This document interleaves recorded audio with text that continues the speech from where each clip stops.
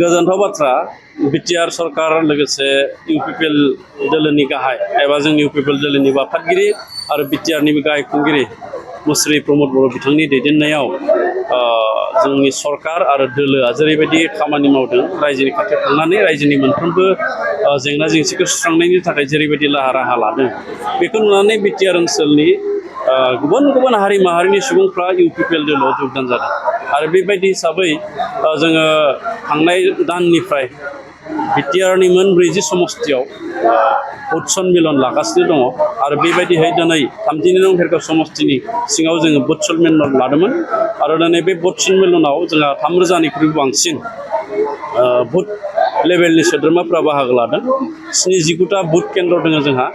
14 PCDC एबा primary मोनफ्रोमबो बुथ कमिटिनिफ्राय मोनफ्रोमबो PCDCनिफ्राय जों जेसेबांखिनि बुथ कर्मीखौ खावलायदोंमोन मोनसे बुथ कमिटियाव जोंहा 40 आरो 30 बेबायदियै बिथांमोना बाहागो लाफैदों गतिके जों जथेस्थ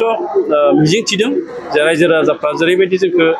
बजबनानै लादों आरो बेबायदिनो जोङो फैबाय थानाय बिसायख'थिखौ जोबोद मोजाङै जों बारलांदों आरो दिनै बुंबाय थादों बेरेखा जिहेतु BPFआ बेहाय गावसोरनिसो बांसिन जइन जादों होननानै फोरमायदों BPFनि दोलो बिथांमोननि मावथिनिफ्राय दिनैबो 28 जन सोद्रोमाया UPPL दोलोआव जइन जादों सानफ्रोमबो बिथांमोननि दोलोनिफ्राय सोद्रोमाफ्रा फैनानै योगदान जाफैबाय थादों योगदान जानायनि जाहोनानो जाहैबाय जिहेतु बिटिआरआ मोनसे काउन्सिल आरो बे काउन्सिलाव सरकार सालायनांगौबा आन्सलिक दल एबा ओनसोलारि राजखान्थियासो हायो आरो बे हिसाबै बिटिआरआव मोननै ओनसोलारि राजखान्थि हान्जा दङ BPF आरो UPPL दिनै BPFनि जि हालोद बियो मोजां नंला रायजो राजाफ्रा मोनथिबाय जे BPFआ माब्लाबाबो बाहाय सरकार दानो हाला बिथांमोना देरहानायनि माब्लाबाबो फारिसिम सहैनो हाला दा बेखायनो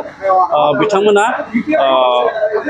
जिहेतु हाला बे हिसाबै BPFनि गोबां सोद्रोमाया गोबां दैदेनगिरिया जोंनि UPPLआव योगदान जानायखौ जोङो नुनो मोनदों आरो बिथांमोनखौ जोङो खावलायदों जों UPPL दोलोआव थानानैनो जोंनि बिटिआरखौ जोङो खुंनायनि जिहेतु खाबुआ दङ बिटिआरनि गाहाय मुस्रि प्रमद बर' बिथांनि दैदेननायावनो बिटिआरआव बर'जों लोगोसे गुबुन गुबुन हारि माहारिनि सुबुङा